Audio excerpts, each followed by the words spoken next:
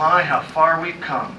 And we do it as well wherever we find ourselves. And in this case, we're going to talk to a family. And we've seen this throughout our circuit, where not only when we go to a home, we talk to others. Some of us have talked to somebody because realizing we're never off duty, it's who we are. That in a grocery store, somebody looked sad. Somebody went up to him and said, "Are you okay?" And a conversation was started. We boast in Jehovah. In this case, here we have a family that many of us probably know from the English congregation in Tillamook, Brother Berger and his wife. And we have Laura, who's 13. We have also Cedar, that's 7. And in between them, we have also someone that is 12. And in this case, we have Sequoia. Kind of a tree thing, I guess. And we have Sister Anderson, that's the grandmother, and we're not going to go there on her age.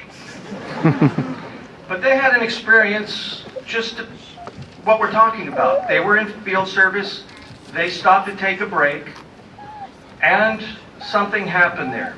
Maybe we can start with Brother Berger. What happened? Well, it's hard to believe, but it was one of those cold, windy days on the Oregon coast. We were in the ministry all together, and we decided to go to a small cafe for a break. And we're sitting together at a table, and we're busily talking about our day, and it's kind of a little loud at times, but we're enjoying each other's company. But there's a gal, middle-aged woman, and she's sitting by herself in the corner of the cafe. She's reading a paper, but she keeps observing us. And at first I think, she's probably getting a little irritated with us. Maybe we're a little loud as early in the morning. Now, Sister Berger, did you notice the same thing? Yes, I was actually really surprised when she came, a little nervous to see what her reaction was. Were we too loud? I was going to ask, were you worried that maybe the kids were causing trouble in their point of view or something? Yes. But we were pleasantly surprised to find out she was really interested in what made us so happy and joyful, all of us spending time together laughing, and continued to stand there as she heard we were Jehovah's Witnesses and didn't run. That was another, big surprise. Let me ask Laura. Laura, how'd you feel? Because she came over, right?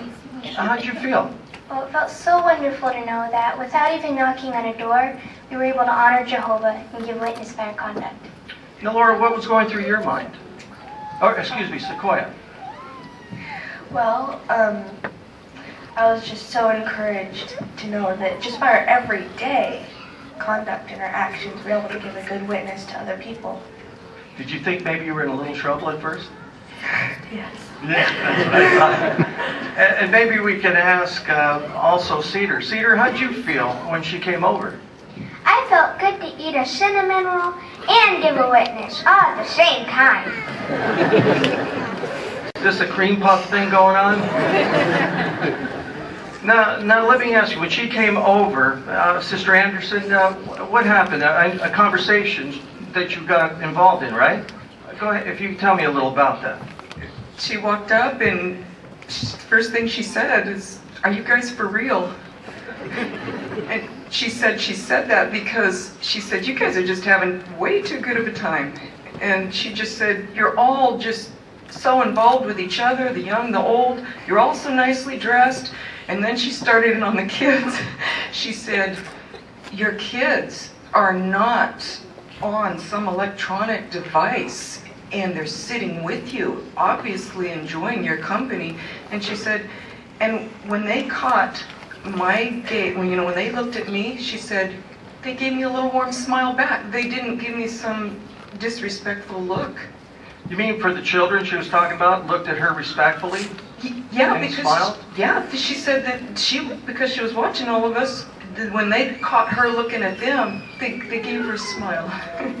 That's interesting. Now, let me ask, Brother Berger, then, in that conversation, were you able to, as we had the comments, be able to boast in Jehovah? Were you able to share scripturally anything with her? Yeah, absolutely.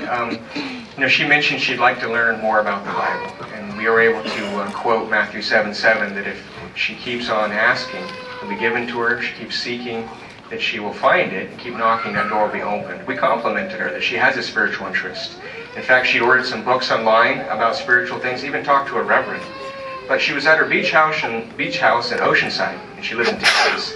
And she said, you know, it's no coincidence, I feel, that I'm here in this cafe speaking with you guys about Bible things, and that was pretty encouraging. And it actually ended up really well. She willingly accepted a Bible teach book, and there was an article in the Watchtower that week about the Lord's Prayer, which she looked into, an invitation to the meeting. And since she's going to be there a while, we gave her cell phone numbers and told her if she wants to contact us or have any questions, feel free to do so. So let me ask this in conclusion. Were you on a break? Thank you.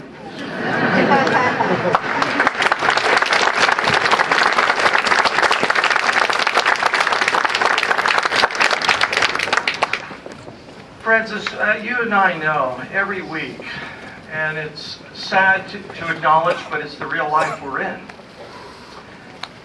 There's many of us in and out of hospitals.